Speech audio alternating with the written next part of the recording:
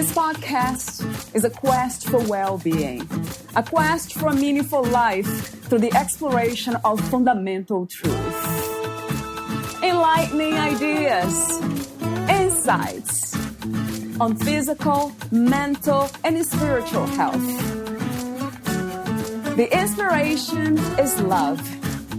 The aspiration is to awaken new ways of thinking that can lead us to a new way of being well. Welcome to Body, Mind, and Soul Healing Conversations.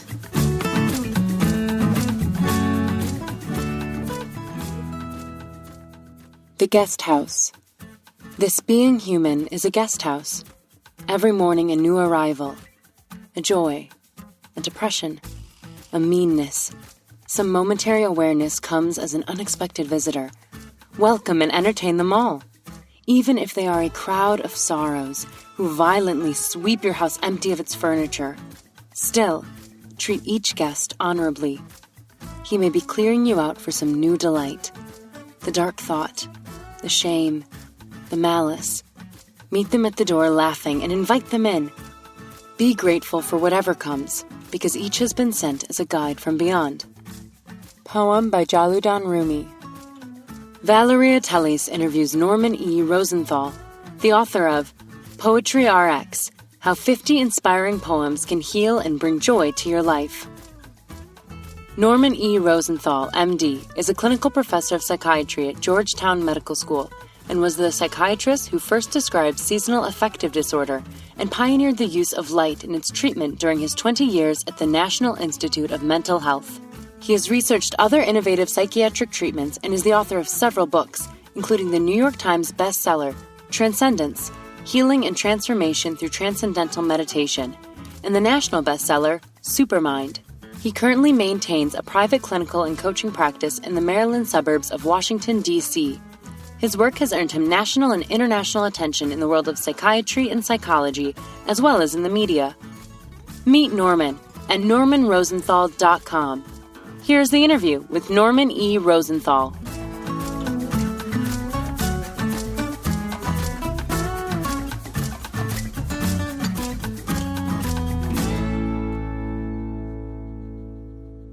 In your own words, who is Norman E. Rosenthal? Well, first and foremost, I'm a human being. I know that's a little redundant as you don't have animals on your show, but not yet. I'm just a person. And so rather than to start with all my credentials, let's begin where we all are as humans, interacting with one another, communicating with one another. But on top of that, I'm a psychiatrist, I'm a researcher, and a writer. And that is how I think of myself when I think of my calling in life. Calling, that's an interesting idea. Would you call it also this, what you do and who you are, a purpose, the meaning and a purpose of your life, to do and be who you are? It is part of my purpose. A lot of my purpose is to be a good person to those in my life. But I think beyond that, in my professional life, everything I've done has been to try and make life better for other people, whether it's working directly with them as a doctor, whether it's researching a subject that may help them, help large numbers of people, or whether it's writing, because I can't communicate one-on-one with everybody. It's a way of multiplying whatever I have to say. When you say good person, how would you describe that? What is to be a good person? Well, the first thing is not to be a bad person. That's already challenge number one. No meanness, no deceitfulness, no harming of other people. But beyond that, it's an attempt to just be a little kind to the people you come across in your daily life in one way or another, to try and just make other people's lives a little bit better. If we all tried to make other people's lives a little bit better, the world would be a much better place. I usually say to uncomplicate. Yeah, I like the idea of simplicity. which aligns with kindness. For some reason, they come together. My third official question to you, the open part of the open questions, is what is to be mentally healthy? How would you describe that state? Would that be a destination, or it's always changing? Well, people have struggled with this. I know Freud said to work and to love. Yeah. I would also say to play, because I think that life, if you're a healthy person, life should be joyful.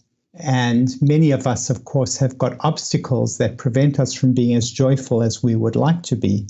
But I think that being a good person, being a joyful person, embracing this very brief window of time that we all have fully, that's to be healthy. Oh, I love that you include play, the component of playfulness.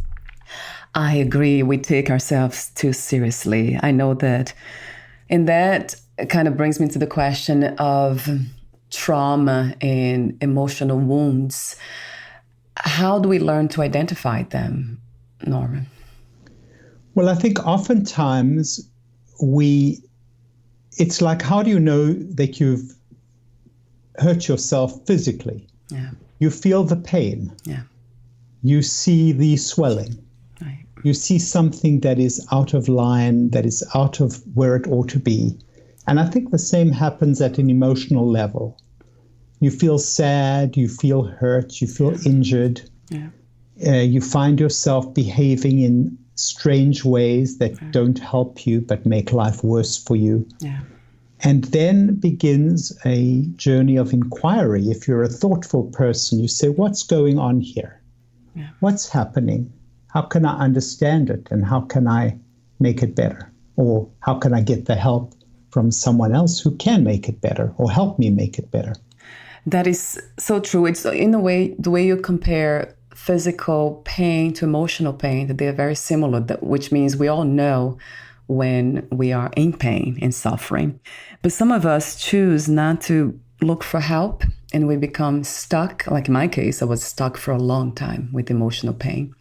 And so I wonder what drives some of us to become curious, to look for healing, to engage in healing itself and look for help. Have you found some commonalities? I love the word curious. I think curiosity is such an underappreciated quality. But I think curiosity is what drives us to find solutions to problems. In so many ways, like I recall when I came to the United States from South Africa, I found that I was slowed down and down in the wintertime. And that had never happened in South Africa. So I was curious, what was it that was having that effect on me? And it turned out that it was the lack of light. And that led to a major strain in my career path and a major stream in my career path. And so in that regard, the curiosity didn't kill the cat, it cured the cat. Yes, that's wonderful to hear. That's one of my questions, actually, I had here for later on, Norm, but I'll ask you now. So talk to me for a moment about that discovery of light. Do you call it light therapy? Yes, I do.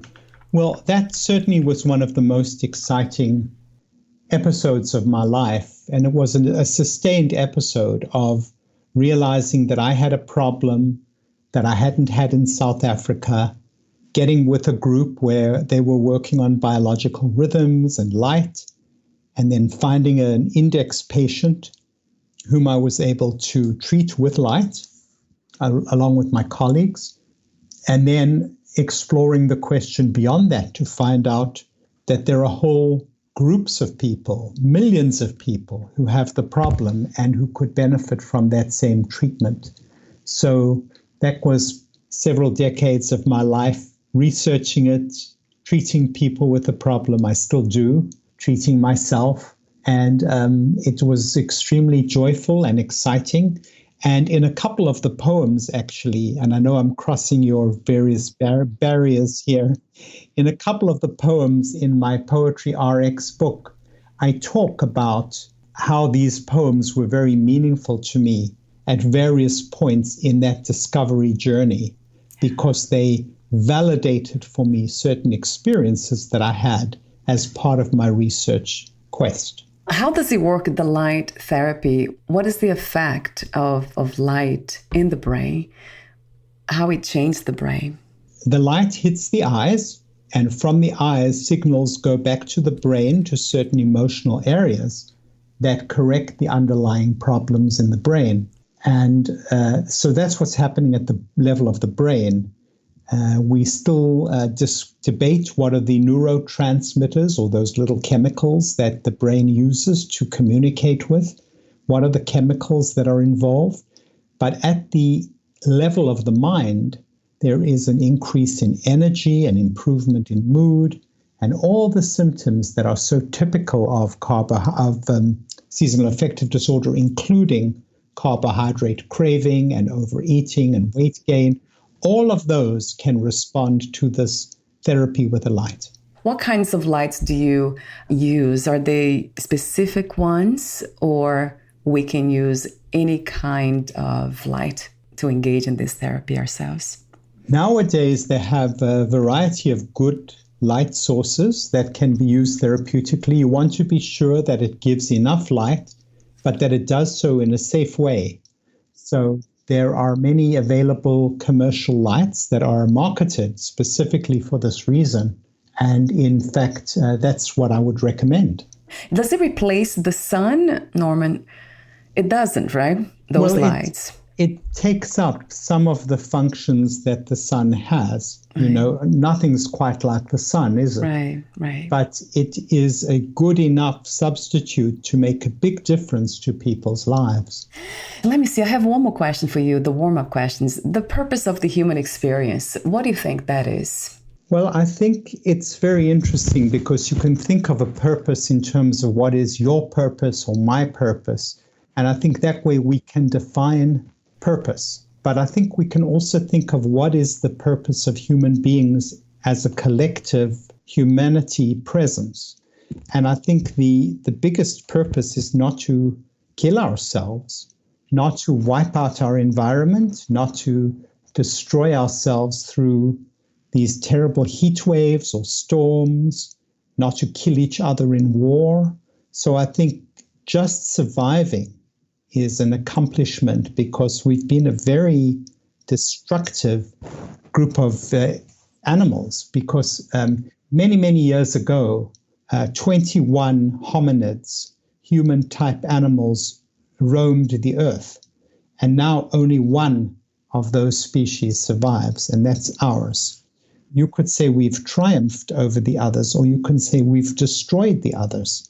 So I think just surviving is the biggest purpose. And in our individual lives, we hopefully will do a lot more than that. Yeah, a lot more than surviving. That's true. And what do you think is the cause for that?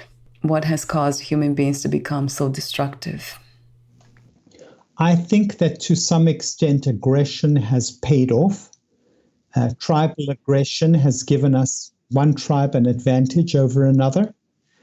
But I think that when the aggression gets out of hand, it endangers everybody. That makes me think, when you say aggression, about males more than females. Would that be the case? I think so, because testosterone feeds aggression. Testosterone feeds aggression. And that's been shown in a number of different ways in humans and other animals. But I think you might agree that we men do not have monopoly on aggression. And there are aggressive men and aggressive women, and sometimes the aggressive women might show their aggression in different ways. Like, for example, destroying someone else's social network by putting nasty things out on the internet about them. That's another form of aggression that, may be more typical of women. I don't know that for a fact, but yeah. I'm just wanting to say that there are different ways of being aggressive. Yeah, and that's true. I did hear this before, that women are as aggressive as men, but we tend not to express in the same way. You wrote the book, Poetry RX, How 50 inspiring poems can heal and bring joy to your life. Talk to me about the main inspiration and intention of writing this book. Well, like most of my books, it comes from within, in that poetry has for many years been a source of comfort, consolation, and delight for me. And I think that poetry's got a bad rap, if you'll excuse the pun. Yeah, poetry's got a bad rap as being old-fashioned, boring, difficult, obscure. And yet to me, it's always had a compelling resonance and meter and rhyme, and engendered all these wonderful feelings inside me that I wanted to share with other people. So I chose 50 poems that I think really embody the power of poetry to heal and bring joy to people's lives. And then I set each one up, firstly the poem, then a little essay on what the poem tells me and may tell you, and some takeaway points, and finally a little bio sketch that connects the poet with the poem.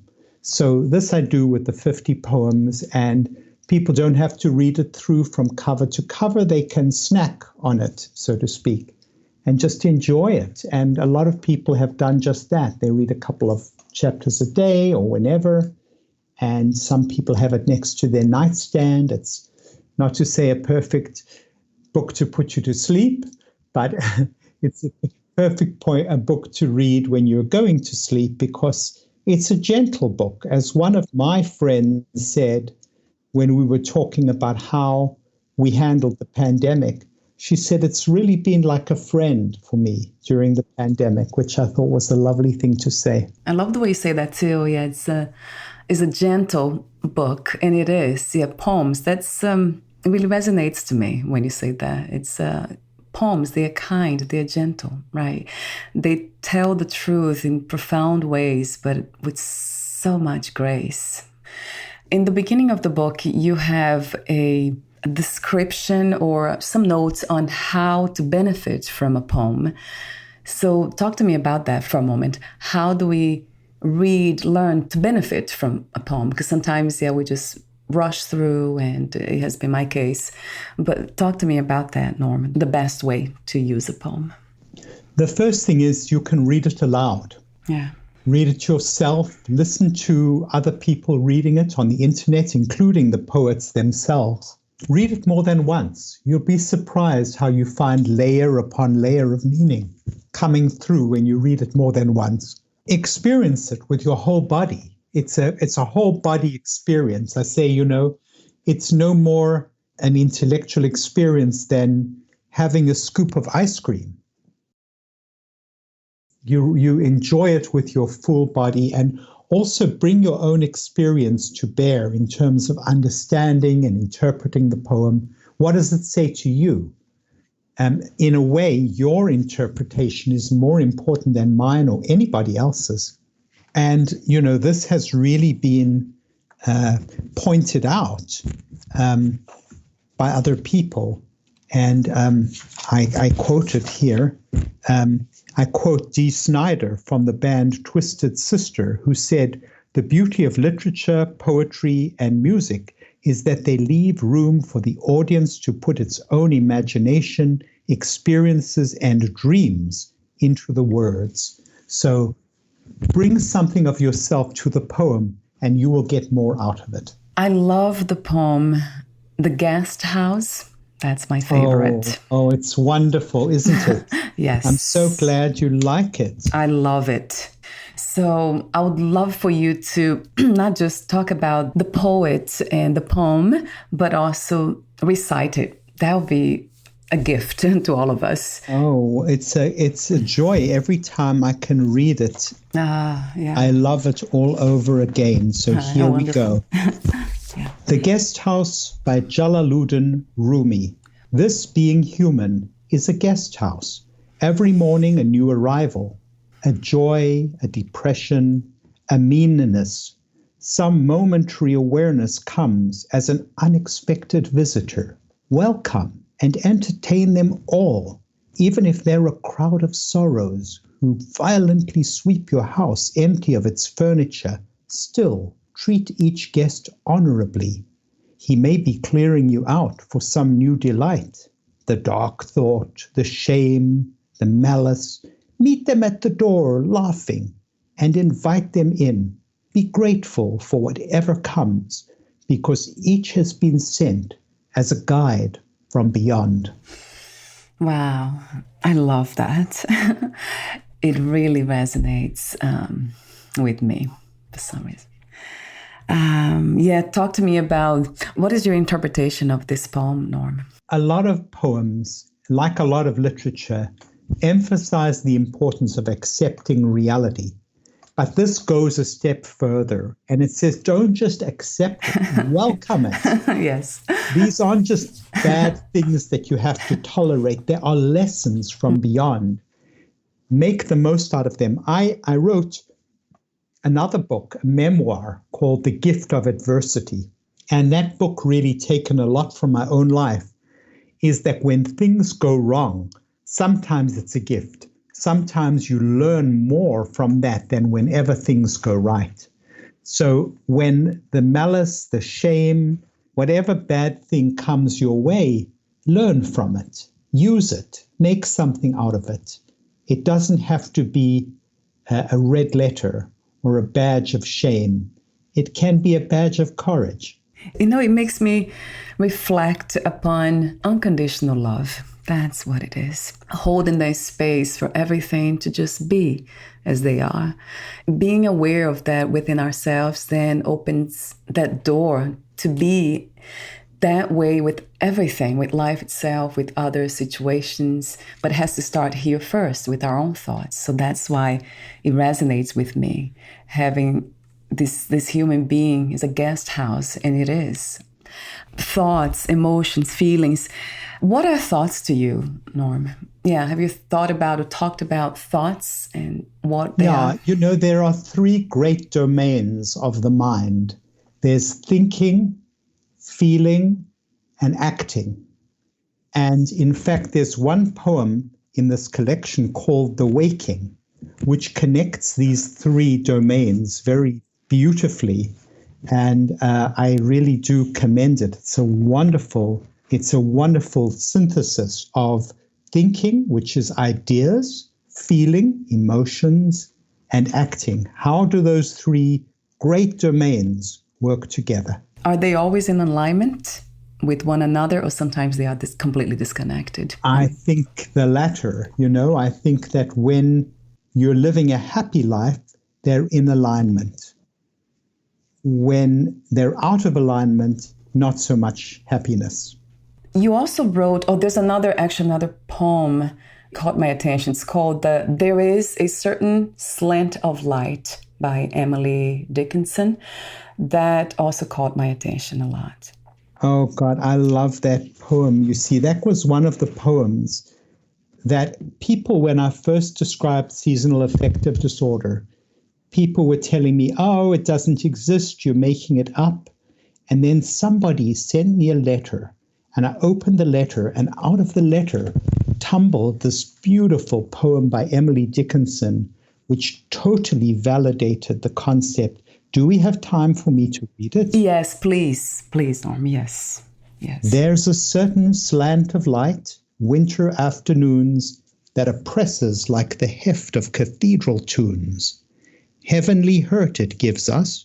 We can find no scar, but internal difference where the meanings are. None may teach it, any. 'Tis the seal, despair, and imperial affliction sent us of the air. When it comes, the landscape listens, shadows hold their breath. When it goes, 'tis like the distance on the look of death. So there we are, the slant of light on winter afternoons. She saw it long before the scientists did.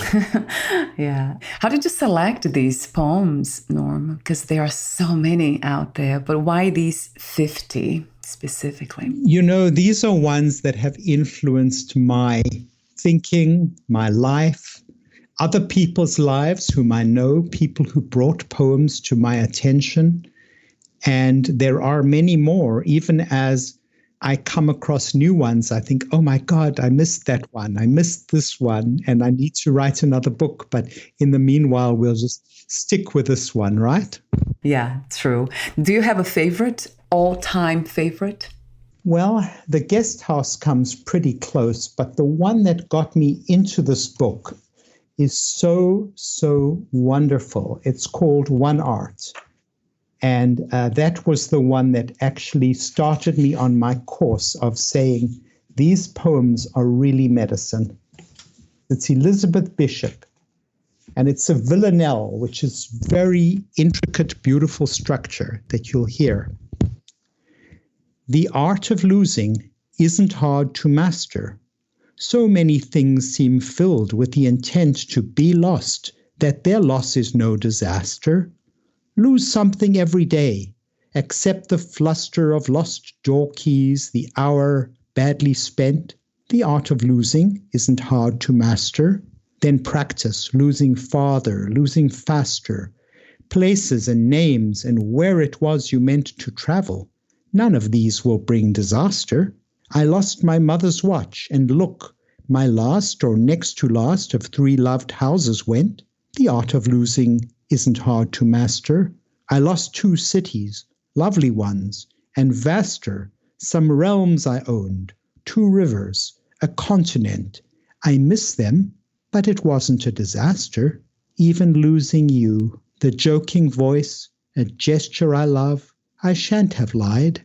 It's evident the art of losing's not too hard to master, though it may look like, write it, like disaster.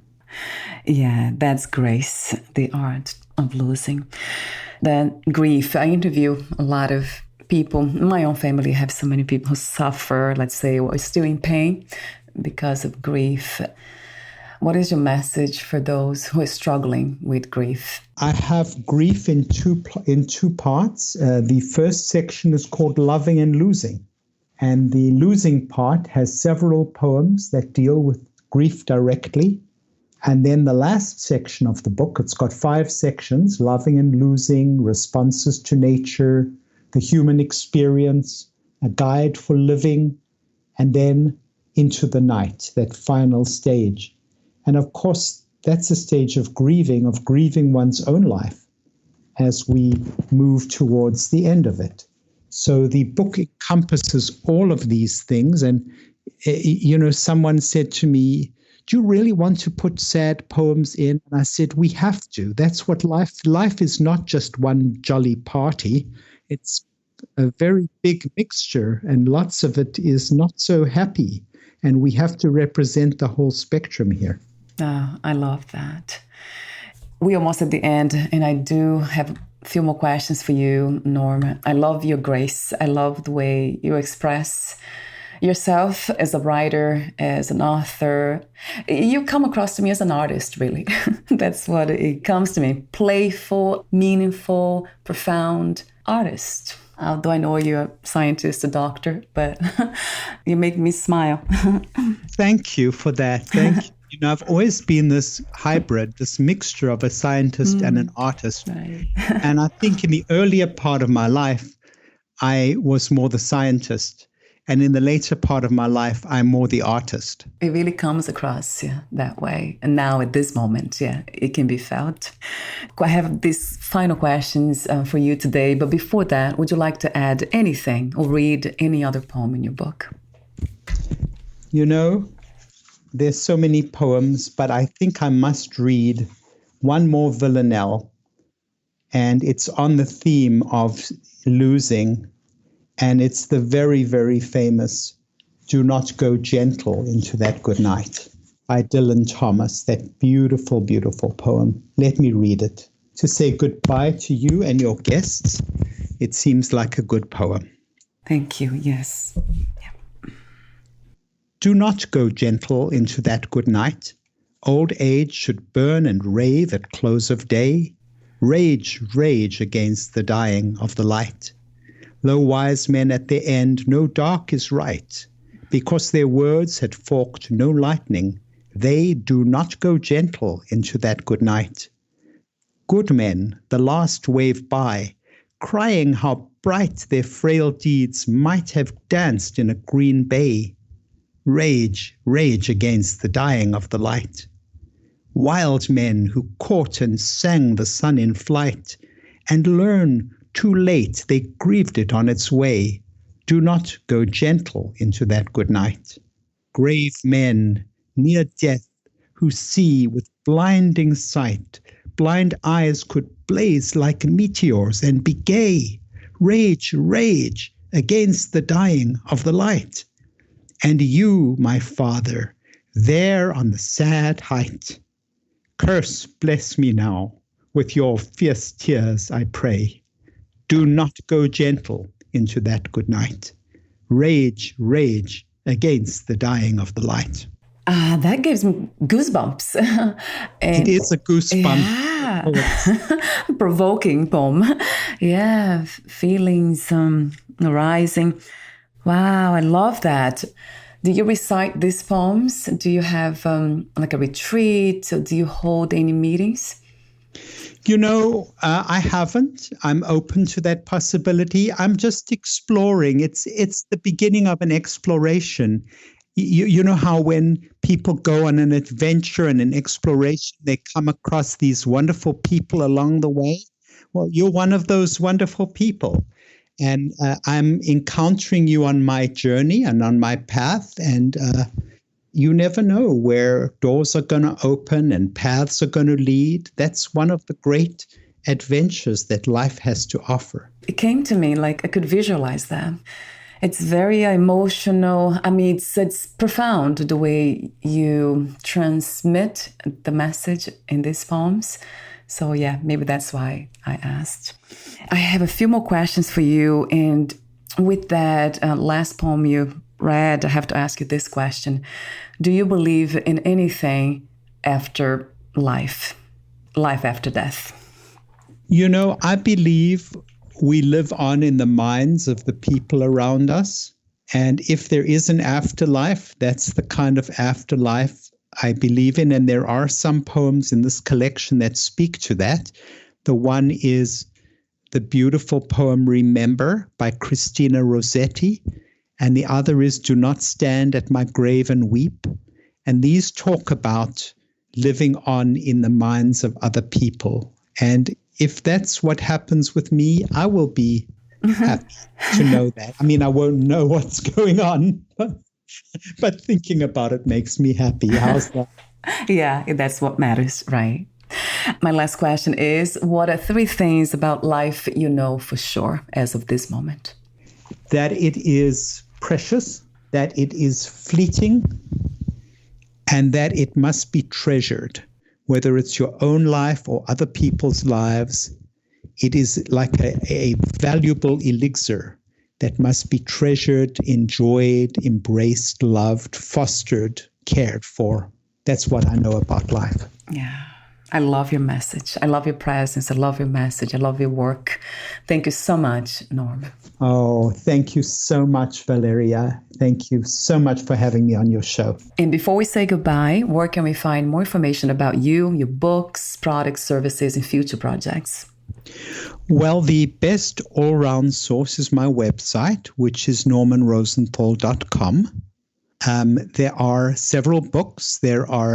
There's one on the winter blues, which is now in its 4th edition, about seasonal affective disorder and how to prevent the winter from getting you down. There are 2 on meditation, Transcendence and Supermind, both about Transcendental Meditation. My memoir is The Gift of Adversity. And then the final, most recent book is Poetry RX. So that's a lot of me. Yes. Probably more than anybody needs to know. Beautiful. I love your work again. Thank you so much for your presence, and we'll talk soon. Thank you so much. Bye for now. Bye-bye. Thank you for listening. To learn more about Norman E. Rosenthal and his work, please visit normanrosenthal.com. To learn more about this podcast, please visit fitforjoy.org/podcast. Thank you again for listening, and bye for now.